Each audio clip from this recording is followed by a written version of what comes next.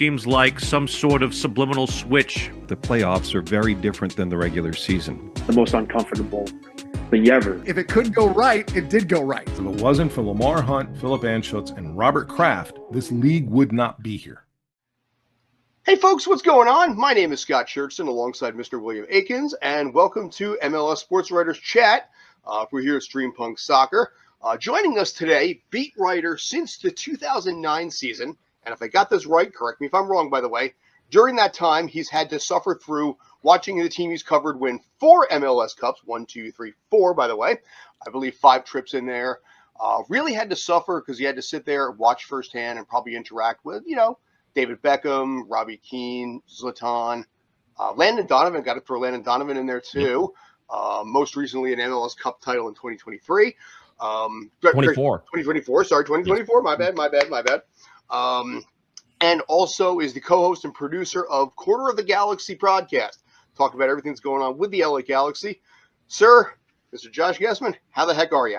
I am excellent, gentlemen. Thanks for having me on. I was going to complain. It's a little cold here in Southern California. It was a little foggy. I think it was like 68 today, and I had to wear a jacket. So that's the normal stuff for the West Coast here. That's about as much as I get to complaining about the weather. So I was in San Diego a few years ago, right around this time, and when you see people playing beach volleyball at like 8 o'clock at night, it's like, nah. Yeah. I've seen Lethal Weapon 1. That was a Christmas movie. That's that's all you need to see, right? The weather was pretty nice. No, it's been great. Galaxy Land getting a little busy now. So the off season, as it always is, I always like off season in quotation marks. Like we ever get to stop doing podcasts or reporting on the team or covering any of that stuff. It doesn't stop, and so it's starting to get a little more juicy now. So hey, that's fun. Yeah. I guess in this case, let's cover in this case right out the gate. Big news came down just recently. Jakob Glesnes from Philadelphia Union came over in a $2.2 million transaction. 3-time All-Star in this case. This might help a team that right now kind of struggled a little bit last season, has had a little bit of an up and down run the last couple of years.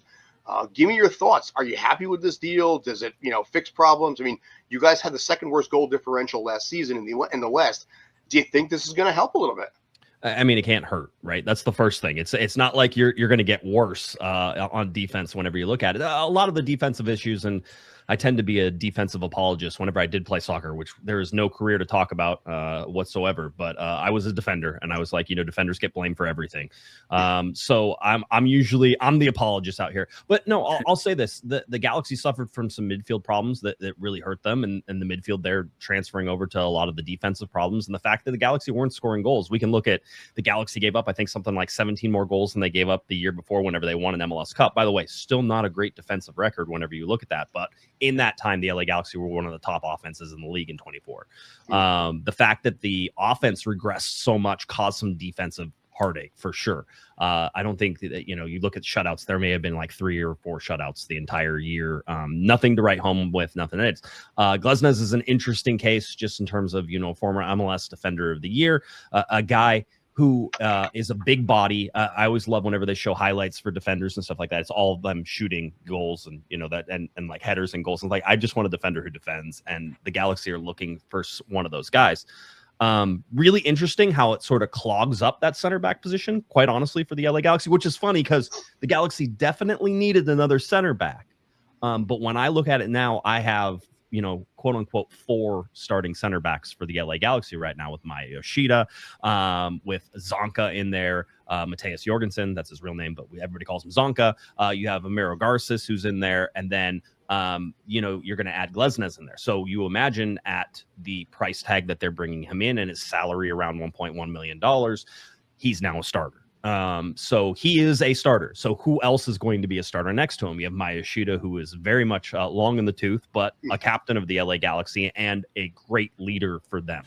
I would suggest that I've certainly seen reports of him moving on. However, I will suggest that he is an important piece to what the LA Galaxy try to do. And I think if Greg Vanney is trying to build a locker room, which he talks about all the time, it's important to guys who are on the bench, or just as important to guys who play, that Maya Yoshida probably stays there.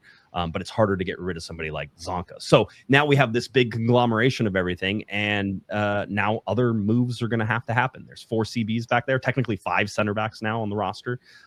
Something has to change and move, but Glesnes brings some good defensive presence, some knowledge certainly of the league, being he's been in it since 2020. He has a track record of playing, every minute of almost every game whenever he plays. All of these things are really good for a Galaxy team that wants to, as a self-proclaimed goal, I think in the offseason, strengthen the spine, and we're seeing the first sort of move to strengthen that spine. So you like the deal then? Yeah, I do. I would also say that certainly in my understanding and my reporting, the 2.2 is certainly an overinflated number. The base on that is $1.1 million. There is another piece to that deal as well, which is Jamar Johnson, who comes over as a youth national team player, was also picked up. The LA Galaxy picked up the homegrown rights to Johnson. And in that, there are performance metrics based on the backside of that. It's my understanding that most of those are for Jameer Johnson and not necessarily Jakob Glesnes. So the 1.1 million is a good base deal on that. I imagine there'll be a couple $100,000 going the other way, but I think the 2.2 is probably an overinflated number, just as we've seen some overinflated numbers earlier today with some different signings. Bill, you got anything? Yeah. So how big was it losing Puig last year? I mean, tears the ACL, even Paintsel. Paintsel was another guy you guys lost. Hey, Scott can attest, I do a soccer show and we cover the MLS and we talk standings, every week. And, after what you saw in 2024, I'm looking at standings. I'm like, they'll be okay, right. right? Yeah, they'll be okay. Yeah. And then week after week, it's just like, oh no, they're not okay. And it's, Puig was that had to have just been a major blow. And like I said, Paintsel, that's another, Yeah, Paintsel was injured at the beginning of the season. He finally, I think, hit his stride in like the last 10 games of the season. And you're sort of like, oh, that's the guy who was playing top-notch football, in 2024 and sort of doing that. Ricky, though, Ricky is an interesting player. I don't know that I've ever seen anybody play like him. He's a question mark. He's outstandingly talented. Probably one of the most talented players in the league. Certainly you have Messi up there, and there's some really good midfielders. But for what he's able to do in the midfield, he drives people crazy. He also drives Galaxy fans crazy. He drives coaches crazy, like all this stuff. So, so much of the Galaxy's identity was certainly put around, what Ricky Puig could do and how he could play. So when you lose him, and listen, they were able to compensate in the MLS Cup, right? They had Gaston Bergman come in and, was able to sort of carry forward for one game, trying to do that over and over. So looking at what Ricky Puig means to the LA Galaxy, he creates most of the offense. He also is one of those guys who will try things, and then the Galaxy end up having to play a lot of counter defense or a lot of counter pressing. So he frustrates, but there's no doubt about it. He was a giant missing piece. There's other pieces that went away in 2025, after 2024, that caused, the problem. So you got Mark Delgado who departed the LAFC, right? You had Gaston Bergman who went over to Nashville. There were some core pieces, and a lot of this is, and if you read it sort of off the top, it's, salary cap. What happens in Major League Soccer whenever people win MLS Cups? Everybody gets bonuses, right? And then those bonuses, because MLS is fun, right? MLS is trying to keep everything. Those bonuses count against the cap eventually whenever you average it in for the next season. So the Galaxy were under that. Now that's a portion of that, because certainly you're going to watch a team like Miami who's doing stuff right now where they're reloading and they're not going to get hit by all these bonuses and all that stuff. I would suggest, and it's only my outside sort of view on looking at the Philadelphia Union right now and sort of some of the fire sales that they seem to have put out. One Glesnes for, the 1.1 is part of that. But I feel like the Union are acting like a team that is being squeezed on the cap right now too. And what happens whenever you win a supporter shield? Sometimes there's bonuses attached to supporter shield, but there's always the other piece of it. And for the Galaxy, the other piece of that was that because there were so many ups and downs. If you go into 2023, where the Galaxy were horrible, really a lot of injuries plagued the whole deal, but there have been a lot of signings that have not been not emergency signings, but you're trying to get like, oh, well, we need a player, so let's hurry up and go ahead and sign somebody. Because of that, the roster, in my opinion, was not managed, correctly. And so if you look at teams who are, successful year over year, their roster is managed correctly. And then whenever you end up, having guys who are timing out of, U22 contracts or something, you can handle it. When you have a guy like Dejan Jovalic, who is timed out of a U22, who also is probably going to get DP money, who like all this stuff. So now you're going to have to move him because you can't afford to keep him. You already have 3 designated players, even though one of them's not coming back to play the next year. So he goes away. You move somebody like Mark Delgado because his salary doesn't fit under the salary cap anymore, and you need the money to relieve his salary off the cap in order to do it. And then you replace them with younger players, lower amounts on the roster. So I think the roster building part, plus the MLS Cup win and the cycle that you're always in. How many times have we seen? I watch a lot of Philly games because I really like the way that they play and a whole bunch of things. But how many times have we sort of seen Philly go into the cycle of, hey, they're going to be dangerous. This is you're going to see it. And over the next 2-3 years, they're going to be really dangerous. And then that cycle fades out. I think we're at the end of a cycle right now. We're sort of seeing that, hey, Supporter Shield was great, but really that team was probably built to win an MLS Cup and didn't. And now what happens when you don't win that MLS Cup is you're going to have to retool and that cycle shifts. And the Galaxy hit the end of their cycle in the 2024 MLS Cup. They basically, everything was sort of timed out. And even Will Kuntz, the general manager of the LA Galaxy, said, we pushed all our chips in order to make that happen. And because of that, we knew that it was going to hurt in 25, but we didn't, I don't think anybody thought winless in 17 was or winless in 16 was on the cards in that. I didn't have that one either. I've seen a lot of soccer and I didn't have winless in 17. So no. Well, and then you made a good point. You lost Mark Delgado, Gaston Brugman. You also lost Martin Caceres too. Oh, Caceres was and Caceres. By the way, I can never, man. No, I'm terrible at pronouncing names, by the way. It's Pooj. Yeah, I know. Yeah. I'm always thinking about the baseball player.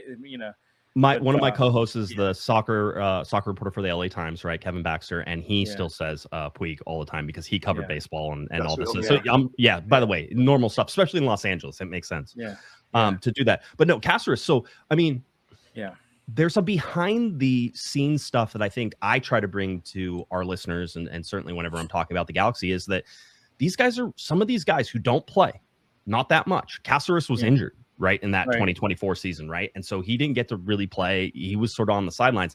He was the biggest cheerleader. He was holding some of that locker room together. You're going to talk about a guy, my listeners are tired of hearing me say it, but Eric Zavaleta. And Eric Zavaleta is the nephew of Greg Vanny, right? Now that is attributed to why Eric Zavaleta has a soccer career. One of the reasons that he was able to go on the soccer teams is because he is one of the best locker room guys you can possibly have and holds the team together, right? And in this year in 25, I actually asked Greg Vanny about sort of that. It's like you lost some guys like Gaston Brugman. You lost some guys that were good, like sort of hold the team together. And I go, how important is that really to building? And he's like, it's super important. And I go, well, you're going into a season and you're going to lose guys again. How important is it to build it back up? Glesnes, from certainly my understanding and looking at what Will Kuntz loves an East Coast guy. And at this point, Glesnes has been on the East Coast for like 5 years, right? So he might as well be a Philly native as far as we're concerned, right? He's one of those guys. He likes sort of that grit and that toughness, and that sort of comes. John McCarthy was a signing that was, a Will Kuntz sort of signing that was similar to that. Likes the grit, likes sort of that thing. So I think Glesnes sort of fits into this leadership role that they're going to be expecting from him. Well, and in those departure of those guys, I mean, I look at it like this. You got a lot of young players that kind of look for that guidance, right? They're looking for that guidance, and you got essentially kind of got a loss of leadership when it comes down to it. And, that's kind of what I look at. You had a lot of roster turnover. We know that. A lot of injuries. And, it's just kind of a microcosm of a lot of things that just, unfortunately, you guys just weren't able to recover from. I mean, like I said, I'm like week after week, we're diving into the MLS. We're like, at some point in time, they're gonna rise in the standings here, and it just didn't happen. Well, it's funny because this last season was my 17th. I'm going into my 18th season covering the LA Galaxy. I've seen a lot of like really great, amazing moments. You know, you can talk about Zlatan's debut game. My phone has never rang. Like I had people who I didn't even know like knew what soccer was like texting me, "Are you there? Did you see that?" I'm like, "I'm here. I'm seeing it." I don't know what to say either. You know, the whole deal. So I've had those. I've also seen some of the worst soccer the Galaxy have ever played. I started watching them in 2008. That was not a good season. 2017 had games where I was in the press box and they tried to put me to sleep. There was a game I think between them and Dallas where I almost fell asleep in the press box, and I love live soccer. I will go to any live soccer game. I'm up for it. I'm ready to go. I was like, oh my God, is there a game going on? When did that happen? So 2017, this year, or in 2025, I was never bored by the way they played, and they had bad results.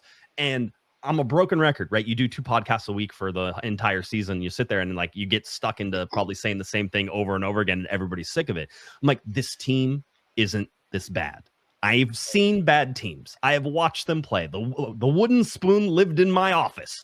All right. I know what bad soccer is, and it just wasn't it. Now, they weren't getting results, and some of the blowouts were like lopsided and crazy, but for the most part, they were in most of those games, and you were like, wow, they lost another game. And there was another game where I could have seen them like pull something out and win that game. They didn't play bad enough to lose. That gets old after a while when people are calling for, Greg Vanney to get fired and you're winless in 16 and, that type of, you go through almost half the season without a win. Yeah, it's crazy. But, again, I think part of our job is to look at these guys and to assess it fairly. And at no point did I think that team was that bad. They end up being one of the worst Galaxy teams that ever played was in 2025. It won't be remembered in my mind that way. 2017 was the worst team I ever saw play, but 2025, it was a strange, weird year, man. That's why you do it every year. Never know what you're going to see. Now, one of the curious things about last year also is that in MLS Cup play, anytime the Galaxy gave up 2 goals, they never won a single game. They had one game in the Leagues Cup where they did win that one 5-2, but in MLS Cup play, it was 1 goal, 0 or loss, or basically, no win. Does this tie in all together? Do you see that being something that's going to be able to improve in 2026? I mean, give me your thoughts there.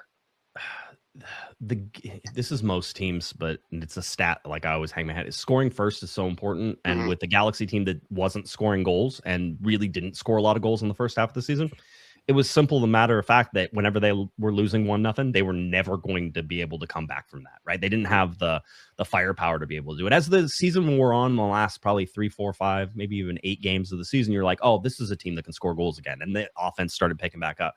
But they didn't have a number 9 striker last year. I mean, really, when you look at it, Christian Ramirez came in and was brought in, never meshed for whatever reason. I think he's going to be on redemption tour this year. They actually re-signed him. Apparently it was part of the deal that they got when they brought him in, I think from Columbus. So he's going to be on the redemption tour. He's absolutely just, he was not pleased with the press coverage of him this year. And I could understand that 100%. But he wasn't scoring goals and it looked bad at times. You had Nascimento, who was in there, a young guy, U22, was injured for most of the time. I don't know that he had the sort of the pedigree that they really want. He was on loan. I don't know if they're going to bring him back or not. There's talks that they're trying to bring him back. I don't know. If you're Greg Vanney and you want to score more goals, bringing back 2/3 of the strikers that you had last year doesn't seem like that's going to be the way that you're gonna score a whole bunch more goals. So I don't know if that makes any sense. Sort of on that side, but. I think the offense last year was a bigger deal for me than the defense. Now the defense needs to be strengthened, but the offense needs to come back. And you hope that with Ricky Puig coming back, that's the case. And the Galaxy are still, if they're still in that spine building category, they need to get a number 9 that can score some goals. And I don't know where they get that from right now, but they need a 9. Well, I mean, they conceded 66 goals last year, which I think was tied for second most in the league. You also had a carousel at goalkeeper. Yeah. Which that adds to instability, as you know. It's really interesting. Certainly starting the year, there was already goalkeeper controversy. So you had John McCarthy, who won MLS Cup for the LA Galaxy, right? Was then put on the bench in favor of Novak Mitrovic. Mitrovic, who's a development project. The Galaxy paid $1 million for him to bring him over and sort of develop him. He's starting to get older. And now they're like, we put a lot of money in investment. It's time that you show up. Well, you just pulled an MLS Cup winning goalkeeper out of the net, and then you start the season, with some losses, and then that switched back. Now John McCarthy was back in, and you're like, okay, maybe there's some stability. It didn't help, by the way. It wasn't necessarily the goalkeeper, and I don't think Novak Mitrovic should have to eat that. But yeah, there was instability. Eventually, John McCarthy gets traded, I think in the summertime or somewhere around there, and he goes off to New York. That brings in JT Marcinkowski, who is a great goalkeeper, but had just a horrendous injury that kept him out for almost 2 years. So he's been coming back. But JT Marcinkowski is a solid MLS goalkeeper, and if he's anywhere approaching what he was, he's a starting caliber MLS goalkeeper. The Galaxy now have been rumored in on 2 separate goalkeepers this year, which I was finally like, they have 3 basically on the senior roster. That's 1 too many for me. That's you should have 2, and then you can use your lower leagues to sort of back that up. But I don't know what they are trying to do. Either Novak Mitrovic is the guy of the future, that he's the one that you want, and you're going to stick with him, and you got to jettison everybody else in order to make him feel that way, or you're going out to find his replacement because you're not convinced that he can do the job. And right now, if they were rumored to be on Dane St. Clair, who looks like now he's going to Miami because Miami's going to get everybody right now. That, and then I think Ethan Horvath was another one the Galaxy are possibly rumored to possibly bring back from I think over in the UK or in Europe. I can't remember where I saw that rumor, but that's like those are 2 guys who you're bringing. If you're bringing in either one of those guys, they're starting goalkeepers. So what are you trying to do, and what is the plan on this? So yeah, goalkeeper is going to be a continued question mark for the whole deal. I think Novak Mitrovic could build into that role, but let's pump the brakes a little on that. I'm not convinced that he's there yet. Gotcha. Right now, basically, like I said, look at this team. I think you're more optimistic this year than last year, I'm sure. What are your predictions if you got them? If you have any, not going to hold you to them, but just anything off the top of your head since you've been covering the team for so long. Man, the great thing about all of my predictions is, man, they're just locked and loaded. Like, they're on podcasts, they're on YouTube. You can find them. People go back. I made a prediction once on Rookie of the Year that was going to be a kid named Charlie Raga. I was watching him in preseason, big body, looked like he could handle MLS. He was coming out, out of the draft and that type of thing. I don't know that he played like more than like 100 minutes the whole time. So everybody still brings that up. My prediction is this, that depending on what Ricky Puig we get, right? And I don't think Greg Vanny knows that. I don't think that Will Kuntz knows that. Nobody knows what kind of Ricky Puig we're going to get. But if we see a Ricky Puig that is similar to what he was when the Galaxy were playing in 2024, then there's going to be a drastic improvement by the Galaxy. I think, your top 5 in the Western Conference is a pretty good starting spot for that, if that's that. Galaxy still have to add a striker. I'm not convinced that solves, just having Ricky back gets you some goals back, but you need a striker like Dejan Jovalic that was able to just, knock in goals. I believe, Scott, Bill, you guys could also be striker for the LA Galaxy whenever you have, Joseph Paintsil and Gabriel Peck on either side. We've joked. Yeah. Greg Vanny has said basically, when you have the guys we have on the wings, if you are a striker and you're competent and you can get to the right places, you can score goals. Now, that was an indictment, I think, of the strikers that he did have this season. But at the same time, it's like, yeah, that makes sense. You can bang in goals. And Dejan Jovalic went over to Sporting Kansas City and continued to bang in goals, even whenever it was, I think, more difficult for him to do so. So they need to find that. I don't know how they find that. Certainly, they are what we would call, cap sort of tied in a lot of what they're doing. But there's going to be some departures. Mauricio Cuevas, who's a young kid, is rumored to be going to Mexico. That's a possibility. And I think there's a lot of money in that for the LA Galaxy to do that. So they might have to pull that trigger in order to create some funds to do some more stuff. But they need a number 9 right now. That's the most glaring hole after the defense and center back was 9. So I say, top 5 in the Western Conference. I know Tom Bogert was recently on a podcast, and he said he thought maybe they could be even outright favorites in the West just because of how they could sort of rebuild. But I will be a little more cautious and say top 5 in the West seems like a really good place to be. If they miss the playoffs again, everybody's getting fired, so it doesn't really matter, right? So that'll be that. Well, top 5 after last year's not bad. Not a bad rebound year. No. And listen, I expect this Galaxy team that if they are good to start the year and they get sort of off the ropes a little bit, they're feeling good, that in the summertime that Will Kuntz will go out and make sure that the team is fortified for that playoff run. And then, you bring back almost a lot of people who won that MLS Cup. There's some quality there. Joseph Paintsil, Gabriel Peck, Ricky Puig in there as well. There's some quality to score goals and create problems. So I never say that the Galaxy won't be competitive in a playoff scenario. Are you at all concerned? I mean, Glesnes he's what, 31? I mean, spring chicken in center back years, man. Those CBs can run till 34, 35. Yeah. You know, I would be concerned, Bill. And I think that's where you're going with it. Correct me if I'm wrong, but like his age is there, right? Yeah, I mean it's not too bad, but it's not, you know, I mean you often would you like him at 29 better? Yeah, of course. You know, like that type of thing. Yeah. It's like, 29 Right. would be great. You know, that's for center backs. I think that they peak a little later. You know, Maya's like 38. I think he's gonna be 38 this year if he's not already 38. But he's Japanese and seems to have those like long living genes in him, man. That guy is gonna play soccer till he's like 45, I swear. Right. So he's got that. But I think with Glesnes, I would be concerned if you went and looked and saw that he was missing games and that he was missing a lot of games and that there were injury concerns. And you were sort of like, this seems like a guy who knows how to take care of his body. And, you know, by the way, could that change in year 31, 32? Yeah, 100%. Right. We've seen it a million times. Right. But I think there's enough life left on Glesnes. And I think he's signed through 2027 with a club option on 28. So it's not a super huge, long decision. You know, basically they're going to get into the new schedule with him. And then they get to decide on what his formats, you know, sort of what he's going to do then. Well, you know, and you said it. I mean, he is a top tier defender. He was 2022 MLS Defender of the Year. He's been like a 3-time All-Star, I believe. Yeah. I've been MLS For best the last 11 4 years, actually. Yeah. So I mean, I would think he's going to shore up some defensive flaws that you guys have. You know. Obviously. Yeah, I mean, I think looking at what Philly fans were up, it's a mixed bag. It always is, especially. And by the way, this is a compliment to Philly fans. They are hard headed whenever it comes to this stuff, and that's great. Like you need that. They throw snowballs to Santa Claus. That's right, 100%. So you sort of like whenever they're like, I'm glad he was on the decline, you know, the whole deal, and it's like, okay, cool, I get it. Like there's some of that. I think there were more Philly fans who were disappointed. He was going to seem like he was more of a team favorite type of guy.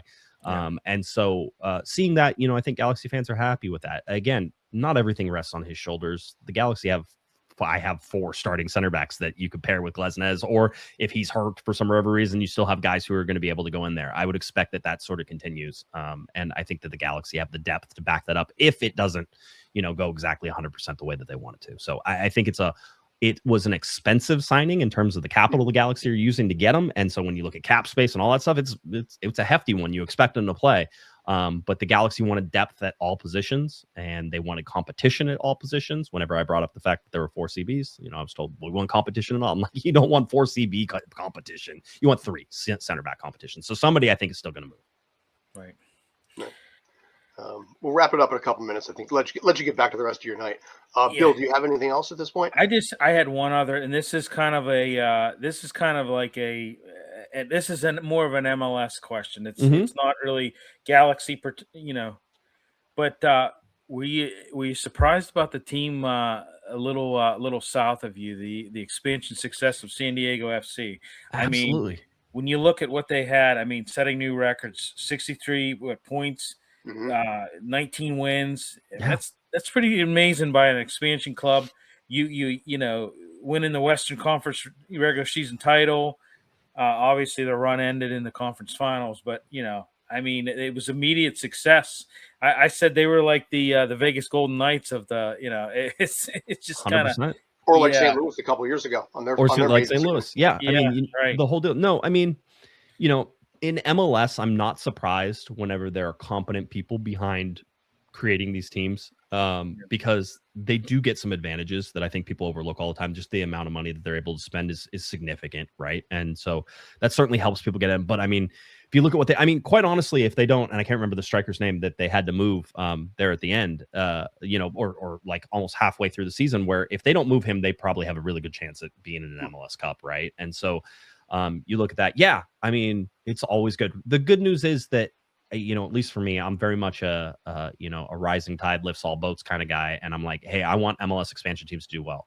I am personally very bearish right now on like USL and lower level teams, just because I'm like, there is a reckoning coming for USL sides, like, because there's too many divisions, too many teams. And I'm like, I get it. you can go put a team anywhere, but those teams aren't making money. We have a local team. Orange County SCs is down here. I see what they do. I'm able to keep an eye on Ventura County FC, which is an MLS Next Pro team. I think that, the Next Pro teams are alive because they're going to be linked to MLS teams, and that's the only reason they're going to sort of stay around. So I am always excited whenever that you go into a new market and you're like, man, look at that. That's awesome. I knew San Diego would be a good market. It wasn't like a surprise. The one that still surprised me, which basically shows I know nothing about the East Coast, was Atlanta. Whenever Atlanta came on, I was like, Atlanta soccer, whatever. I'm like, oh, I was wrong. So wrong. So that type of thing. But no, San Diego put together a great job. Great coach, great ability to sort of understand. I think that they had some personnel problems there at the end that probably cost them some things.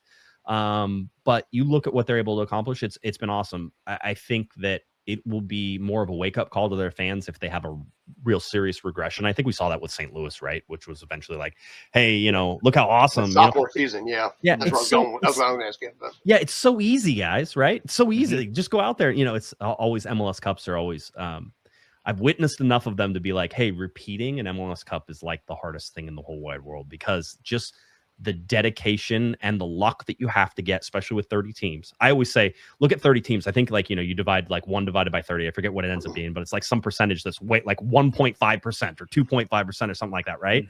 Or that's your chance of winning an MLS Cup, like just straight up. That's on just, that's without counting good teams and bad teams, but that's your chance of winning an MLS Cup.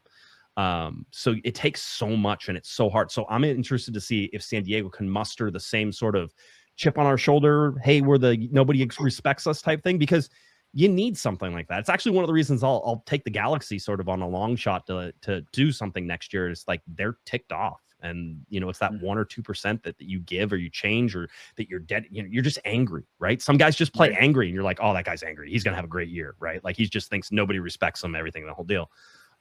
So that's where I'm interested to see if San Diego can keep that intensity up, to sort of be like, we have to be better than we were last year. Maybe the playoff exit does that for them. But sometimes it's tough to sort of redo that. So we'll see. The funny thing about San Diego also is because it's such a good sports town. They lost the Chargers a few years ago. If you remember, also they actually had another football team, the Fleet, back in the Alliance of American Football, which almost lasted an entire season. Mike Martz, I think, coached them, right? So this is a team, this is a town that deserves more love in the sports department. I think, San Diego having a soccer team there, I think was a great addition there. Yeah. They got the Padres, they got the second team, but this is a good fan base over there. And they deserve something like this as well. They do. I mean, as with anything, I think the fan base will grow and sort of it contracts and grows, and sort of it'll ebb and flow on really what they want to make of that team. I don't love their stadium to play. I think that's the what is it, Snapdragon Stadium? Yeah. Snapdragon, Snapdragon. It's okay for soccer. It's not great, but eventually I think that there will be enough momentum, certainly around San Diego, to get something. Maybe they can go soccer specific. I don't think it'll be any time in the next 10, 15 years, but I think eventually they'll stick, especially if they can start getting some of the, the Liga MX fans from Mexico to start crossing the border to come up to those games. I mean, so many people who were soccer fans in San Diego used to just go down to Tijuana and watch, the Xolos play down there. So I'm waiting for that to sort of, and I think the more they play into that rivalry and sort of like, oh, the Xolos and San Diego, I think that's fun.